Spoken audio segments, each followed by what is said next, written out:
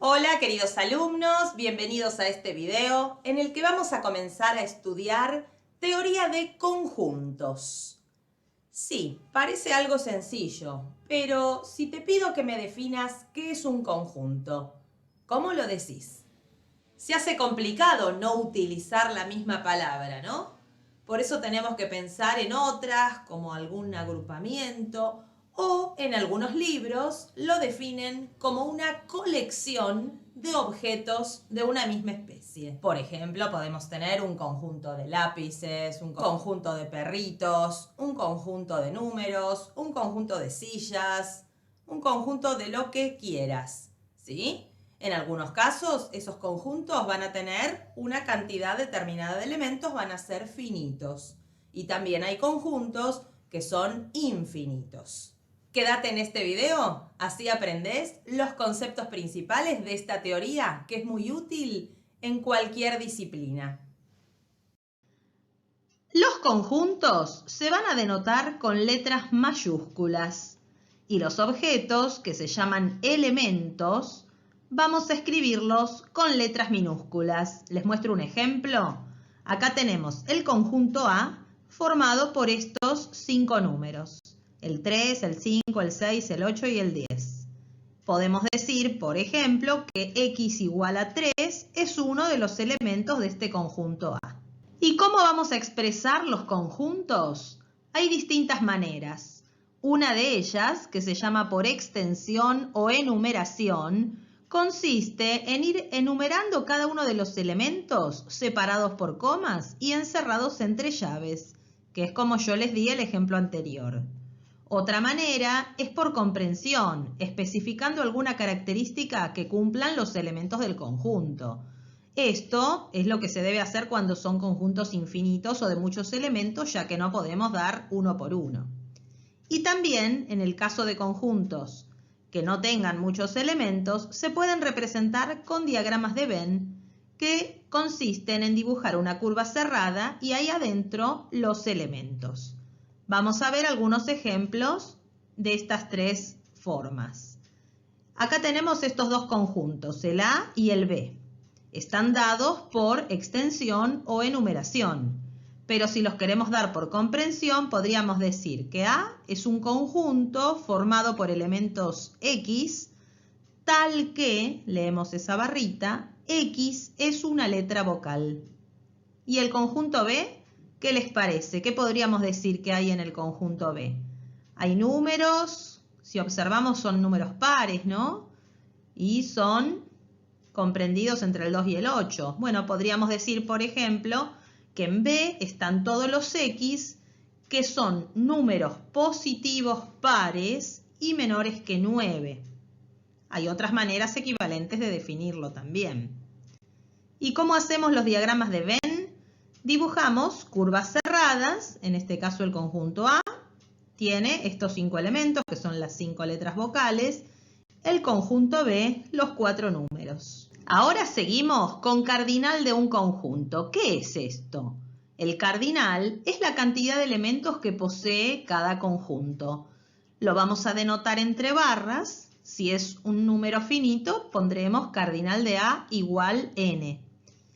Esto entonces sirve para los conjuntos finitos. Pero hay conjuntos que tienen infinitos elementos. Su cardinal va a ser infinito. ¿Vemos algunos ejemplos?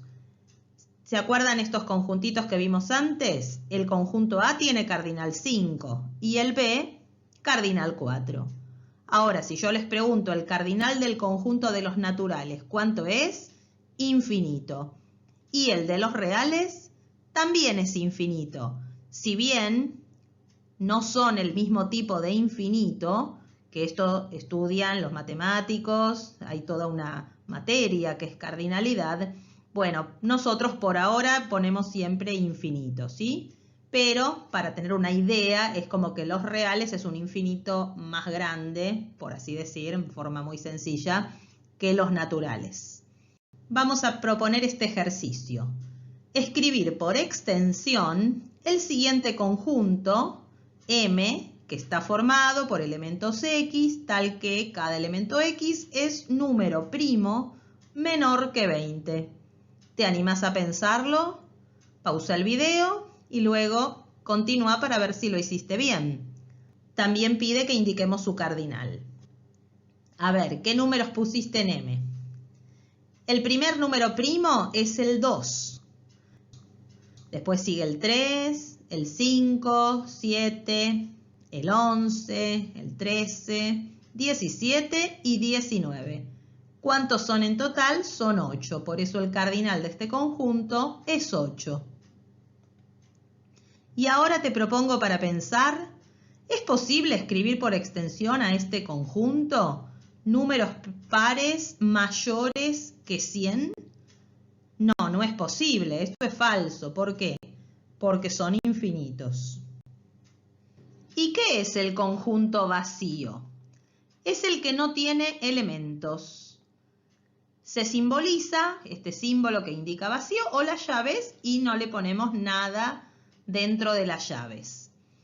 En este caso el conjunto vacío sería este. Podemos pensar que los conjuntos son bolsas y que adentro están los elementos. Bueno, una bolsa que no contenga elemento alguno es una bolsa vacía. También se pueden dar por contradicción. Si yo defino el conjunto de los X que son distintos de sí mismos, como cualquier cosa es igual a sí misma, acá no va a haber elementos. O también otro ejemplo podría ser, si a mí me dan este conjunto A, formado por los números reales que cumplen que su cuadrado vale -4. ¿Hay alguno? ¿Qué te parece? No, esto es conjunto vacío también. Y ahora para pensar, ¿se podrá escribir así al conjunto vacío? Llaves, el simbolito del vacío y cierro llave. ¿Qué te parece? No, esto no se puede. ¿Por qué no se puede? Porque en este caso tenemos un conjunto cuyo cardinal es 1. Es como tener una bolsa adentro de otra bolsa. Entonces la de afuera no está vacía porque contiene algo. Lo que contiene es una bolsa vacía, ¿sí? Este conjunto entonces no es el vacío. Ahora veremos la relación de pertenencia, que es una relación entre elementos y conjuntos. Si nosotros escribimos así, X con este símbolo pertenece a A, ¿qué significa? Significa que el elemento X es un elemento que forma parte del conjunto A. En cambio, si ponemos este mismo simbolito tachado, quiere decir que el elemento X no pertenece al conjunto A, no es un elemento que esté dentro del conjunto. Vamos a ver este ejemplo. Si teníamos los conjuntos A y B con los que ya trabajamos antes, podemos decir, la letra A pertenece al conjunto A, la M no pertenece. Y el 1 no pertenece a B, pero el 4 sí pertenece a B. Te propongo este ejercicio. Completar con pertenece o no pertenece. Tómate un tiempo, pausa el video y luego volvé para revisar. Acá yo te voy a ir poniendo las respuestas. El -2 no pertenece a naturales. El 0,75 sí pertenece a reales. El 0 pertenece a racionales. Pi no pertenece a enteros. La raíz cuadrada de -4 no pertenece a reales. 1/3 pertenece a racionales. El 0 no pertenece a naturales. Y la raíz cuadrada de 169, que es 13, pertenece a enteros. Bueno, así como vimos el conjunto vacío, vamos a ver ahora el conjunto universal o referencial, que es el que tiene a todos los elementos de la especie considerada o el que se toma de referencia. Podemos definirlo a través de una tautología, por ejemplo, decir que son todos los elementos iguales a sí mismos, o bien diciendo que si tomamos cualquier elemento X que esté en el conjunto A, que es uno de los conjuntos con los que vamos a trabajar, seguro tiene que estar en el universal, porque es el que contiene a todos los elementos que trabajemos en los diferentes conjuntos. Si trabajamos con números, el universal podría ser reales, o más restringido, podríamos considerar solo los naturales o solo los números del 1 al 10, ¿sí? Pero va a ser un conjunto numérico. Si uno trabaja con letras, por ejemplo, podríamos tomar como universal al alfabeto completo o a una parte. Si trabajamos con perros, gatos, peces, tigres, etc., ¿qué sería acá un universal? Y sería, por ejemplo, el conjunto de todos los animales. O depende de los que tomemos, si solo trabajamos con los mamíferos, etc. El conjunto universal en los diagramas de Venn se grafica en forma rectangular. Entonces vamos a ver acá un ejemplo. Si tenemos conjunto A, 1, 2, 3 y el universal, tomamos todos los dígitos numéricos, vamos a graficar así en un rectángulo el conjunto universal, el A y cualquier otro conjunto lo hacemos con una curva cerrada y los elementos los escribimos. ¿Ven? El 1, 2 y 3 adentro de A, el resto está dentro del universal pero fuera de A. Bueno, antes vimos la relación de pertenencia que era entre elemento y conjunto, ahora veremos la relación de inclusión. Esta es una relación entre dos conjuntos. ¿Y qué dice? Dice que un conjunto está incluido en otro si y solo si todos los elementos que están en el primero también tienen que estar en el segundo. Esto entonces significa A está incluido en B. Y si ponemos el símbolo tachado, querrá decir que el conjunto A no está incluido en el conjunto B. Eso es porque al menos algún elemento de A está fuera de B. Si un conjunto está incluido en otro, se dice que es un subconjunto. Vamos a ver algunos ejemplos. Si tenemos el conjunto X formado por todas las vocales, el Y por A, E y O, que serían las vocales fuertes, ¿no? Se llamaban estas. Y Z formado por A y B nada más. Acá tenemos el diagrama, ¿sí? Están ubicados los elementos, fíjense los que están en común, algunos. Entonces acá, ¿qué podemos decir? ¿Quiénes son los que estarán incluidos? Y está incluido en X. ¿Por qué? Porque los tres elementos que están en el conjunto Y también están en el X. Z no está incluido en X, porque si bien uno de los elementos de Z está en X, que es la letra A, hay otra, que es la B, que no está en X. Para que esté incluido, todos los elementos deben estar en el otro. La relación de inclusión que estábamos viendo tiene ciertas propiedades. Esta es la definición que ya vimos, ¿no? Que cada elemento del primer conjunto tiene que estar en el otro. Vamos a ver qué se desprende rápidamente de esta definición. Por ejemplo, primero, que todo conjunto va a estar incluido en sí mismo. Porque ¿qué nos quedaría? Nos queda un condicional, ¿no? X pertenece a, entonces X pertenece a, que es verdadero. Otra propiedad es que el vacío está incluido en todo conjunto. ¿Por qué esto es cierto? Porque uno estaría arrancando de un antecedente falso. No hay ningún elemento en vacío, ¿sí? Si el antecedente es falso, el consecuente no interesa lo que sea, el condicional es verdadero. La tercera, que todo conjunto va a estar incluido en el universal de referencia. Y otra propiedad bastante rápida es la transitividad de la inclusión. Si A está incluido en B y B en C, el primero A está incluido en C. Bueno, ¿te animas a justificar? Yo algo ya te estuve ayudando, ¿eh? Vamos a ver cuándo dos conjuntos son iguales. ¿Qué te parece? Dos conjuntos van a ser iguales cuando tengan los mismos elementos, ¿no? Esto mismo lo podemos expresar diciendo que deben incluirse mutuamente. Es decir, que el primero debe estar incluido en el segundo y además el segundo incluido en el primero. Bueno, y ahora vamos a ver las operaciones que se pueden hacer con conjuntos. Una de ellas, si tenemos dos conjuntos A y B, podemos hacer la unión. ¿Qué es A unión B?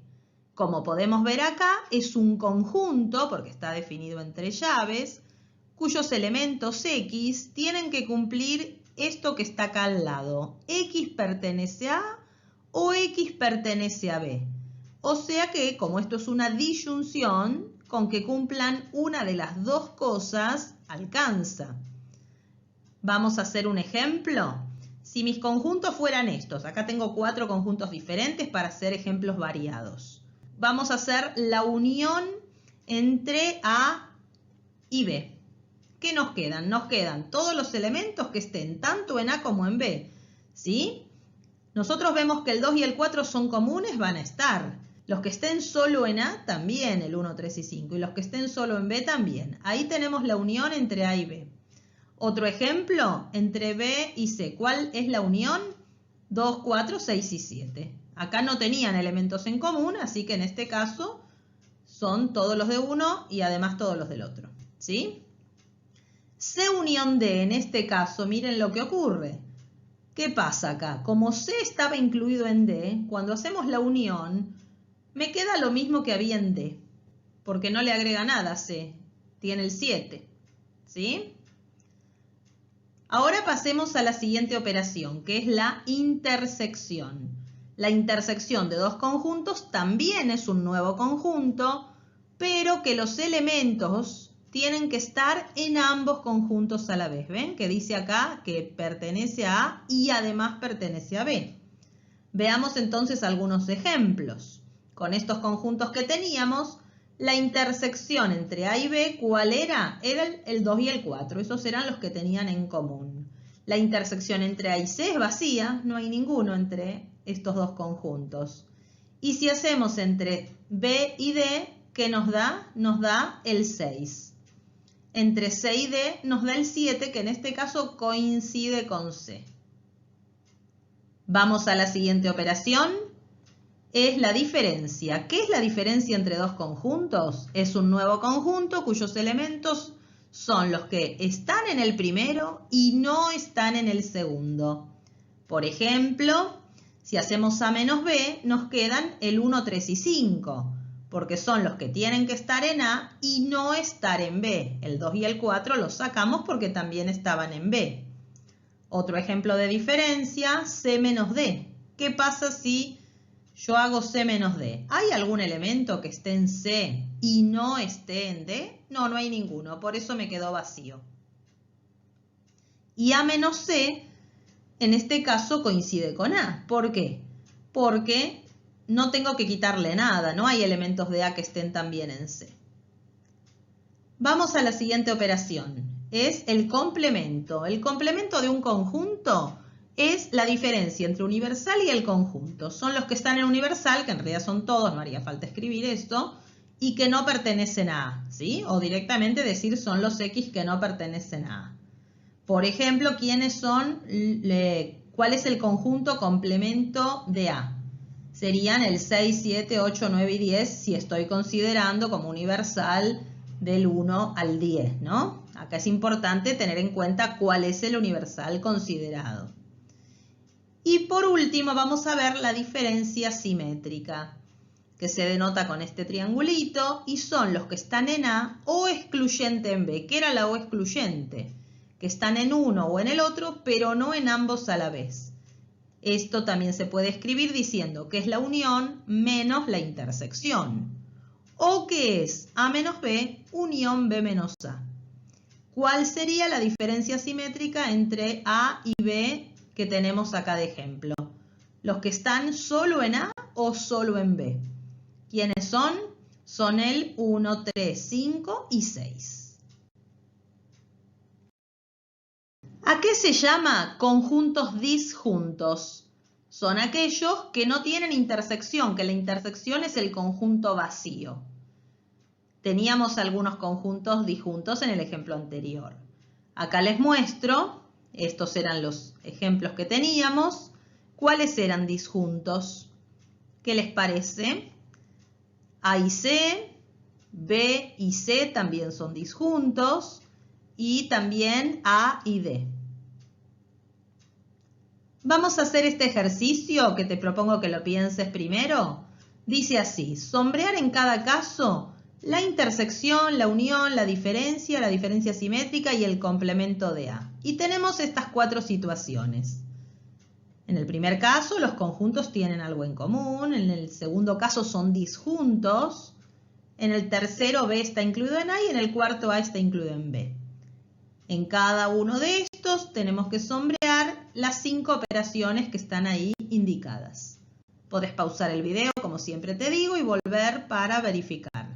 ¿Te animás? Bueno, vamos a corregir. Primero teníamos que sombrear la intersección en estos 4 casos. A ver si coincide con lo que vos sombreaste. En el primer caso nos quedó la parte en común. En el segundo caso no hay intersección. Y en los otros es el conjunto de más adentro, ¿no? El que está incluido. Ahora tenemos que sombrear la unión. Bueno, te quedó así. La unión eran los que estaban en uno o en el otro. Bien. ¿Y la diferencia A menos B, cómo te quedó? ¿Así? Muy bien, entonces. Pasamos a la otra. Esta es el complemento de A. Entonces acá no nos interesa el conjunto B. Hay que marcar todo lo que está fuera de A. En los 4 casos te tiene que haber quedado así. Y la diferencia simétrica, que eran los que estaban en A o excluyente en B. Así te quedó. En el segundo caso coincide con la unión, ya que no tenían intersección. Esta se podía pensar como la unión menos la intersección, ¿sí? Bueno, ahora vamos a enunciar algunas propiedades importantes que tienen las operaciones entre conjuntos. Observemos esto. Si yo tomo como universal los dígitos del 1 al 9, el conjunto A tiene el 1, 2 y 3. Vamos a llamar B al complemento de A, que es el que tiene los números del 4 al 9. Acá lo tenemos graficado, ¿sí? El conjunto A, 1, 2, 3 y el resto, la parte en amarillo, sería el conjunto B. ¿Bien? ¿Cuál es el complemento de B? Si le hacemos complemento a la parte amarilla, ¿qué nos queda? Nuevamente la rosa. O sea que, ¿qué podemos decir? Que si B era el complemento de A y ahora yo hago complemento del complemento de A, es lo mismo que A. Esa es una de las primeras propiedades que se llama propiedad de involución, que dice justamente que si hacemos complemento de un conjunto, es el mismo conjunto. Ahora pensemos lo siguiente, que es para ver la propiedad de idempotencia. Si yo tengo un conjunto cualquiera y hago intersección con sí mismo, ¿qué me va a dar? El mismo. Y lo mismo pasa con la unión. Eso es lo que dice esta propiedad. Cualquier conjunto unión sí mismo da el mismo y cualquier conjunto intersección sí mismo también. Vamos a pensar ahora para la propiedad de identidad. ¿Qué me da A unión el vacío? ¿Me agrega algo? No, me sigue dando A. Y si yo hago A intersección universal, que ahí lo tenemos, ¿qué me va a dar la intersección de A con universal? El mismo A. Esto es lo que dice la propiedad de identidad, ¿ven? El vacío es identidad o elemento neutro, que es lo mismo, para la unión. Y el universal es la identidad o neutro de la intersección. La siguiente propiedad se llama dominación. Ahora tenemos que pensar al revés. Si yo hago A intersección vacío, ¿puede haber algo en común? No, da vacío. Por eso el vacío domina o es absorbente de la intersección. Y si yo hago A unión universal, ¿qué me va a dar? Universal. Ahí tenemos entonces los elementos que dominan, que quedan ellos, cuando hacemos estas operaciones. Y una propiedad más que es referida a un único conjunto es la complementación. Si nosotros hacemos la unión de A con su complemento, me va a dar el conjunto universal. Y la intersección me va a dar vacío. Estas son propiedades que involucraban a un conjunto además del universal, por supuesto. Vamos a ver ahora algunas que relacionan dos conjuntos. En este caso, tomemos de ejemplo al conjuntito A y al B que tiene el 3, 4, 5 y 6. Ahí están graficados. Y entonces vamos a pensar estas propiedades mirándolas aquí. Una es la conmutatividad. Si yo hago A unión B, me da lo mismo que B unión A. Y lo mismo pasa con la intersección. Esta es la propiedad conmutativa que me permite cambiar de lugar los conjuntos sin que afecte al resultado. Otra propiedad es la de absorción. Si nosotros hacemos A unión A intersección B, me da el mismo conjunto A. A ver si lo revisamos. ¿Cuál es la intersección entre A y B en este caso? El numerito 3. Si yo hago el conjunto A, que es el 1, 2, 3, unión, el que está formado por el 3, no estoy agregando nada, me sigo quedando con el conjunto A. Y lo mismo si hacemos al revés las operaciones. ¿Qué me daría A unión B? A unión B dan todos estos números, 1, 2, 3, 4, 5 y 6. Pero ¿qué tiene eso en común con A? Que yo quiero hacer la intersección. El A. Otra propiedad es la equivalencia de la diferencia. Decir A menos B es lo mismo que decir A intersección complemento de B. Y las leyes de Morgan, que nos dicen que el complemento de una unión es la intersección de los complementos. Y el complemento de una intersección es la unión de los complementos. Y acá vamos a ver las últimas operaciones que involucran tres conjuntos. Así que acá ponemos un ejemplo para mirar y verificar algunas de ellas. La asociatividad. Si a nosotros nos piden hacer A unión, la unión de B con C, da lo mismo que si primero hiciéramos la unión de A con B y por último con C. Si querés, pausa el video y revisa que te da lo mismo. Y también pasa con la intersección. La intersección también es asociativa. Podemos cambiar de lugar los paréntesis y no cambia el resultado. Otra propiedad que involucra tres conjuntos es la distributividad. Tenemos las dos. La unión es distributiva respecto de la intersección y también la intersección distribuye respecto de la unión. Podés hacer los cálculos para estos conjuntitos y ver que se cumplen. Sin embargo, todas estas propiedades que estuvimos viendo se pueden demostrar genéricamente, porque que en un ejemplo se cumpla no garantiza. Y por último, en este video te voy a explicar qué es el conjunto de partes, o también llamado conjunto potencia. Dice así, si tenemos un conjunto A cualquiera, se define este nuevo conjunto, que se pone P de A, entre paréntesis, que está formado, a ver por qué cosa. ¿Por qué están con mayúscula estos X? Porque son conjuntos. Esto es un conjunto cuyos elementos son conjuntos que están incluidos en A. O sea que está formado por todos los subconjuntos de A.